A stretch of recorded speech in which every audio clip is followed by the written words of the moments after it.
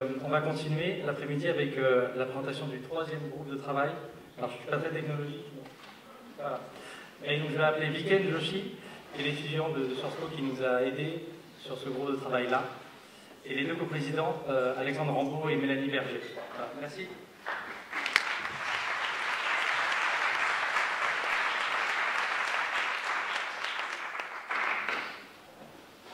Bonjour à toutes et à tous.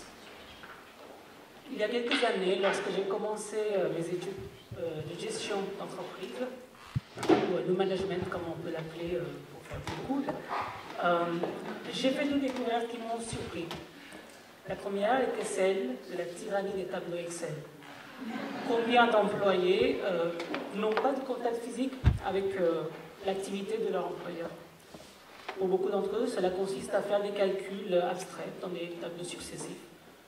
Il en résulte une déconnexion avec l'impact réel des activités de l'entreprise et son impact du coup sur l'écosystème qui l'entoure.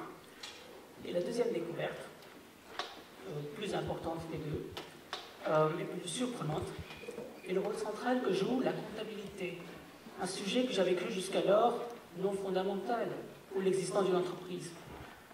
Mais c'est la comptabilité qui produit les bilans financiers que toutes les parties prenantes, que ce soit les fournisseurs ou les investisseurs, consultent pour connaître l'état de l'entreprise et déterminer son destin. Il s'agit d'un outil de communication commun à l'échelle internationale, un langage. C'est bon. Qui joue un rôle essentiel dans le fonctionnement des entreprises, petites et grandes.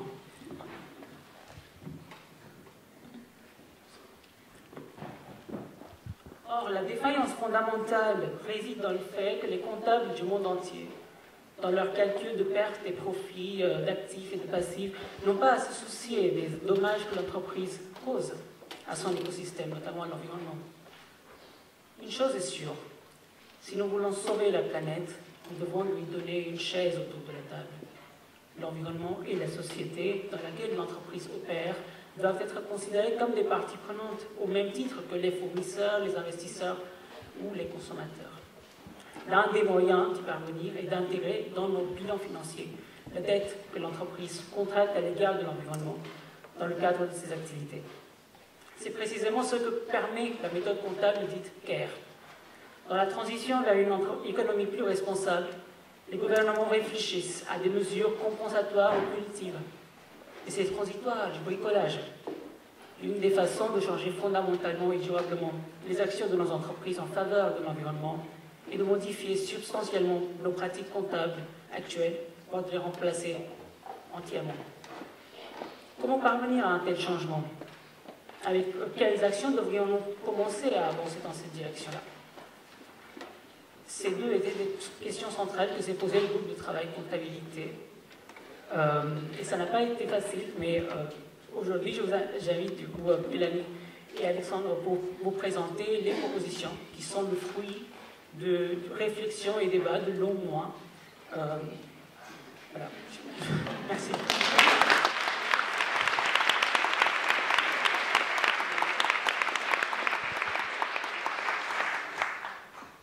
Alors, pour commencer, je veux saluer la décision des organisateurs de placer le sujet de la comptabilité en fin de journée. Comme le clou du spectacle, vous n'êtes plus en train de digérer, donc vous allez être complètement ouvert à tous ces nouveaux concepts, puisque nous allons parler effectivement de poésie, pardon, de comptabilité. Vous allez voir que tout ça est finalement assez proche. Décroissance et comptabilité. Appréciez la poésie de ce titre.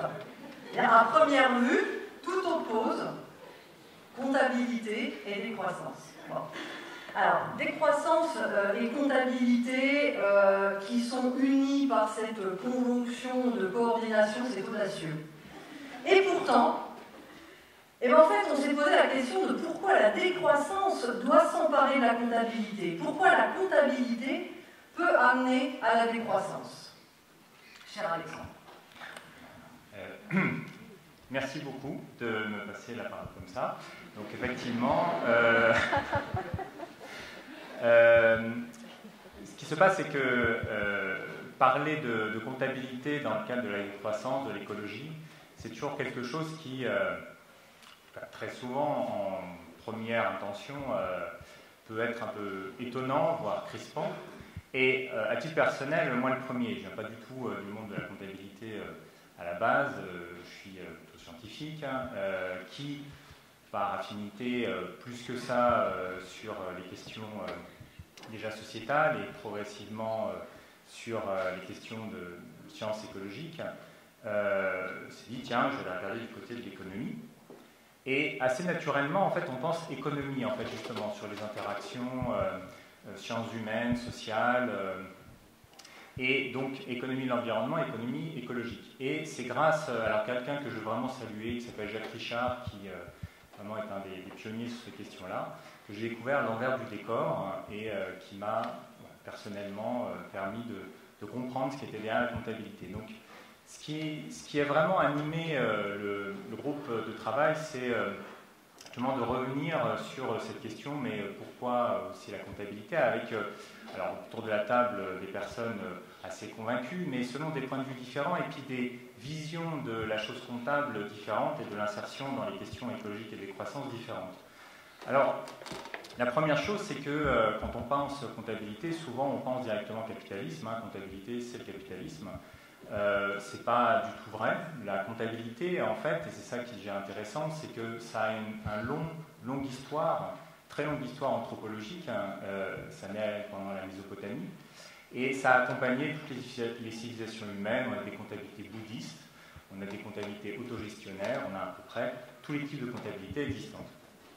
Ce qui se passe, c'est que la comptabilité, c'est ça le nœud de la question, c'est que c'est ce qui est structurant pour les organisations humaines. Les organisations humaines, en fait, dès la Mésopotamie, s'organisent par ce qu'on peut appeler une sorte d'architecture qui est justement la comptabilité. Donc comptabilité, c'est pas que compter, et ça, largement, on en a beaucoup parlé pendant le groupe de travail. La comptabilité, c'est déjà fondamentalement comment on prend en compte les choses, comment on représente le monde. C'était, je crois, Camille Etienne qui a parlé d'ontologie. On est en plein dedans, c'est-à-dire c'est la nature des choses. Qu'est-ce qui apparaît, qu'est-ce qui n'apparaît pas.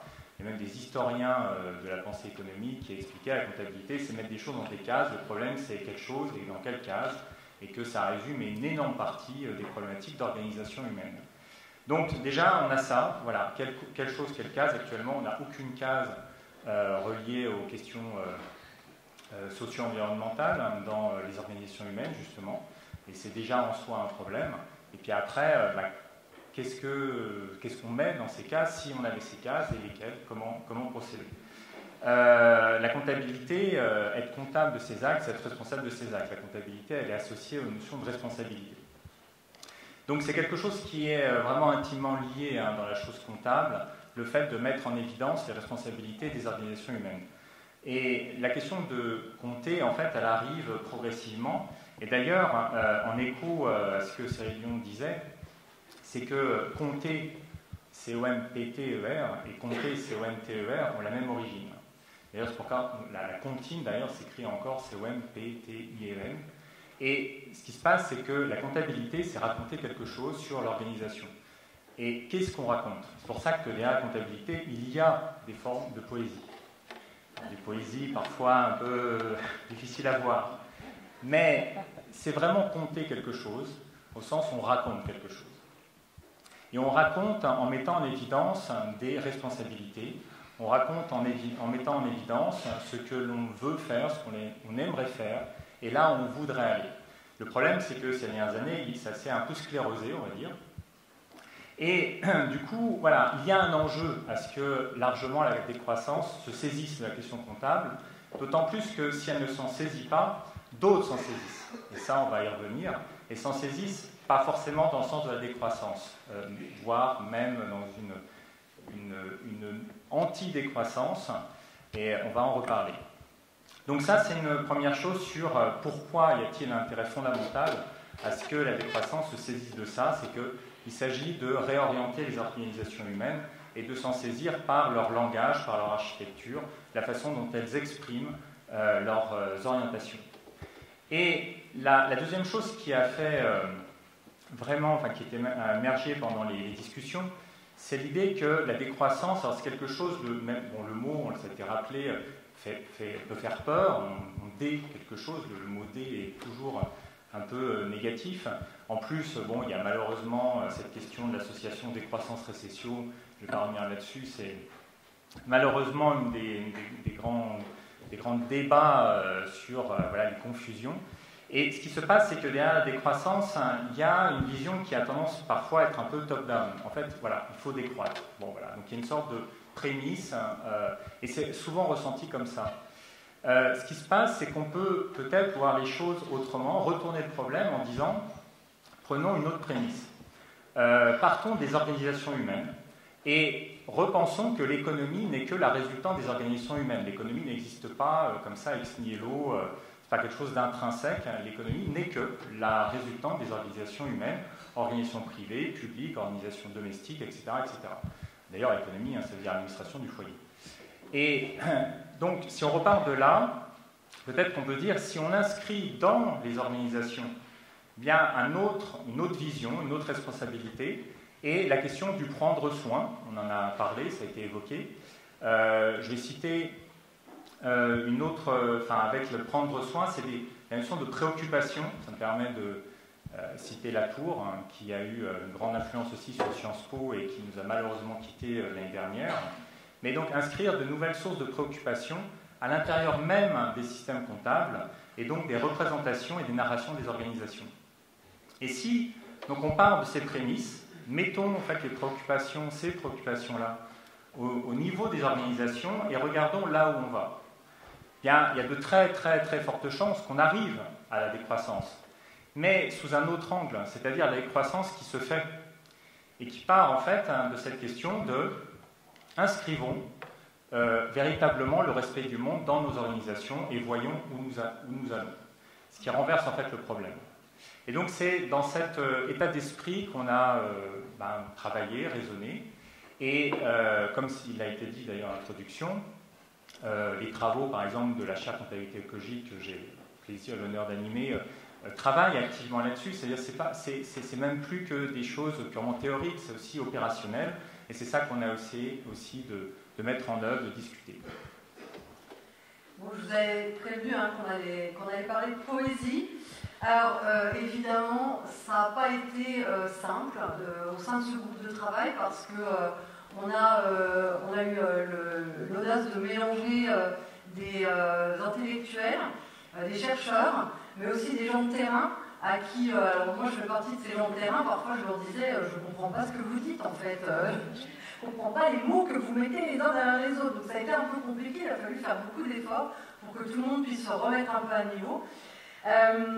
Et donc, imaginez qu'on se retrouve donc dans ce groupe d'individus convaincus qu'il faut compter autrement, convaincus que la justice écologique n'ira pas sans la justice sociale. Donc on a quand même des fondements qui sont solides, qui sont communs, et malgré tout, ça a été extrêmement compliqué de trouver un consensus sur ces propositions et de n'en retenir que 5. Parce qu'en fait, la comptabilité, c'est politique. Et faire de la comptabilité, c'est faire de la politique.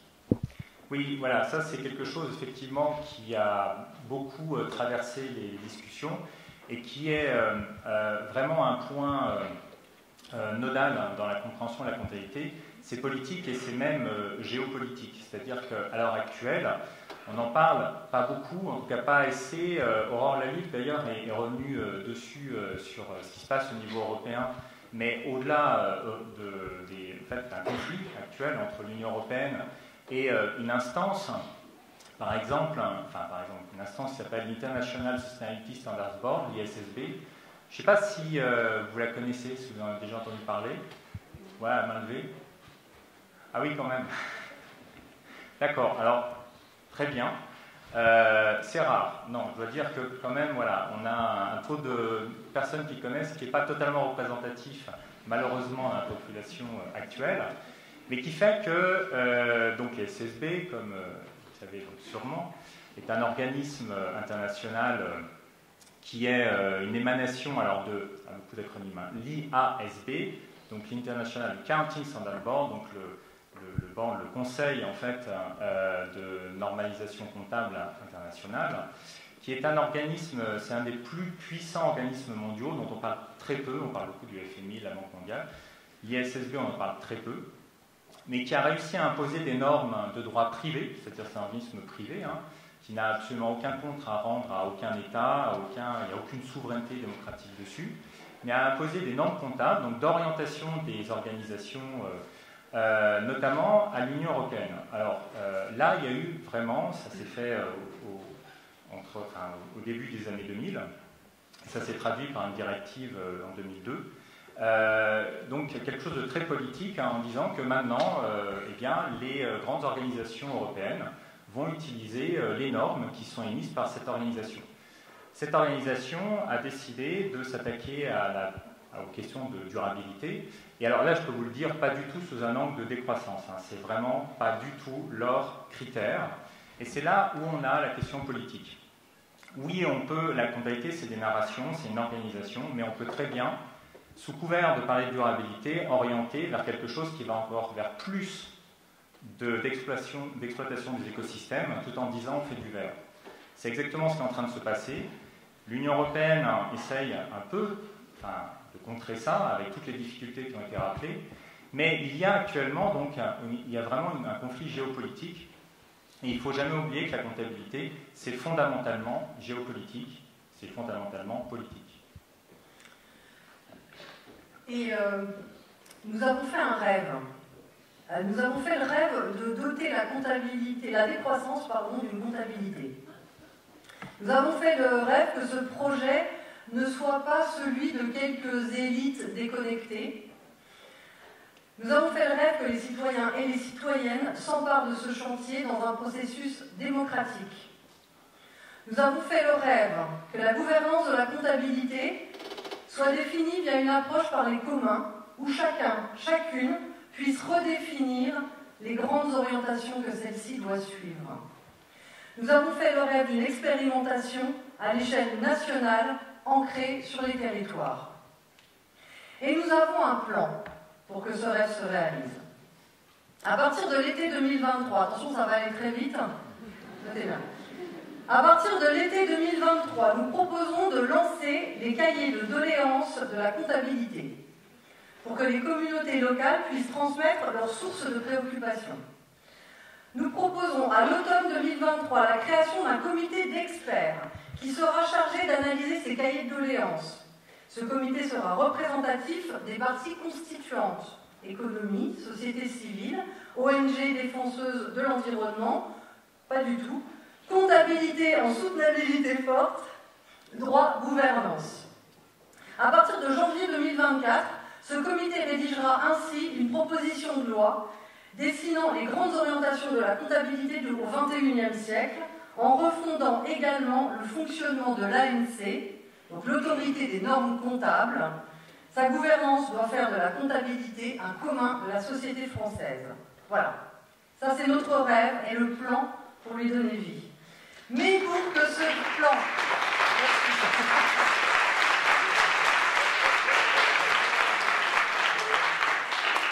Pour que ce plan se déroule sans accroc, on doit s'attacher à se coordonner avec des expérimentations. Autrement dit, on va apprendre à marcher en marchant.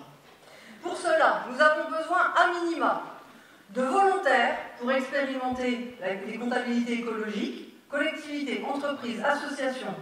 Et nous avons besoin d'une enveloppe budgétaire. Forcément, il faut que tout ça soit débloqué pour permettre de financer la création de ces outils de dialogue. En 2030, avec le concours de toutes et tous, la décroissance sera dotée d'une comptabilité. Mais 2030, c'est hyper loin. Enfin, encore que c'est super ambitieux quand même, hein, je vous le dis. On est quand même face à une urgence. Alors, qu'est-ce qu'on peut proposer tout de suite pour corriger une partie des manquements actuels en attendant le changement de normes dont on vient de parler? Parce que, faut quand même être clair, On a un gros gâteau dont on sait qu'il ne va pas grossir malgré tout ce qu'on a pu nous dire, et ce gros gâteau est tout de même grignoté très largement par une infime partie de l'humanité. Là-dessus, je crois qu'on est tous d'accord. Ok, donc on propose quoi? Alors, première proposition, c'est de travailler sur les dividendes, déjà, voilà, en première intention, en attendant 2030, avec la réalisation de tout ce qui a été dit. Donc, travaillons sur les dividendes. Alors, ce qui a été justement discuté, évidemment, vous retrouvez toutes les propositions dans le livret, voilà, mais c'est de dire, voilà, on va prendre une part des dividendes pour permettre aussi d'alimenter une caisse de redirection écologique, on va en parler. Et en fait, très rapidement, c'est posé la question, oui, mais quelle part? Est-ce que c'est sous un angle de taxe? Qu'est-ce qui se passe? Et c'est là où arrive la question comptable. En fait, le vrai problème derrière, c'est pas tant forcément de prendre une taxe sur les dividendes, c'est en fait de recalculer les dividendes. C'est-à-dire qu'en fait, ils sont très mal calculés, tout simplement parce qu'on ne prend pas en compte, justement, tout ce qu'on devrait prendre en compte, et notamment les dettes écologiques, les dettes sociales, les dettes environnementales. Donc, si on commençait en fait à se poser la question, mais qu'est-ce que serait le résultat, le profit, en mettant en place justement ces systèmes de dettes écologiques, on aurait en fait une autre lecture de l'économie, une autre lecture des organisations, et peut-être d'ailleurs qu'on n'aurait même pas besoin de saisir quelque chose, parce qu'il y en aurait peut-être beaucoup moins, beaucoup mieux répartis, et surtout, il y a de grandes chances que pour, on va dire, certains secteurs très très particuliers, il n'y aura même plus de profit du tout.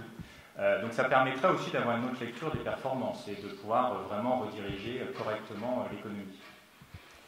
Très bien, donc on a dit qu'il fallait capter les ressources. Est-ce qu'on a prévu de les allouer correctement? Parce que si on prend Orpea, qui est quand même super bien noté au niveau des critères ESG, comment on alloue ces ressources? Voilà, alors donc une fois qu'on a dit ça, une fois qu'on remodifie performance, etc., il faut de l'argent pour tout financer, notamment financer le plan qu'on a expliqué. Et du coup, comment on finance? On finance avec une proposition qui est une caisse de redirection écologique. Cette caisse de redirection écologique, donc, ça serait du financement public qui permettrait, participatif, public et participatif, citoyen, qui permettrait donc d'allouer de l'argent sur des bases, non pas de rentabilité purement économique, mais sur des bases de rentabilité, on va dire, de performance étendue, en prenant en compte ces enjeux de préservation des préoccupations sociales et environnementales, et qui serait donc alimenté notamment par cet exercice de recalcul des résultats. Donc là, pour arriver à faire ça, il faut quoi? Il faut une comptabilité qui permette de montrer en fait là où il faut apporter l'argent. Si on n'a pas de comptabilité qui permette de flécher l'argent, on peut mettre toutes les caisses de réduction écologique qu'on veut, ça n'arrivera nulle part. Donc on a besoin aussi d'une comptabilité pour réfléchir. La pression qu'on a, je vous dis pas, quand Gabriel se rapproche comme ça, moi j'ai peur. Alors, on va quand même finir par dire, parce que moi j'avais encore plein de trucs hyper intéressants à dire. En plus, c'était de la poésie, donc bon, je suis un petit peu frustrée, ça fait rien. Non, on va quand même remercier définitivement, parce qu'on n'a pas été tout seul à trouver tout ça, évidemment. Donc Nicole, Christophe, Jennifer, Charlotte, Francky, Jérémy, Cyprien, Clément, Xavier, Christopher, Timothée, Viken, Pierre et Yves. Merci pour votre super travail.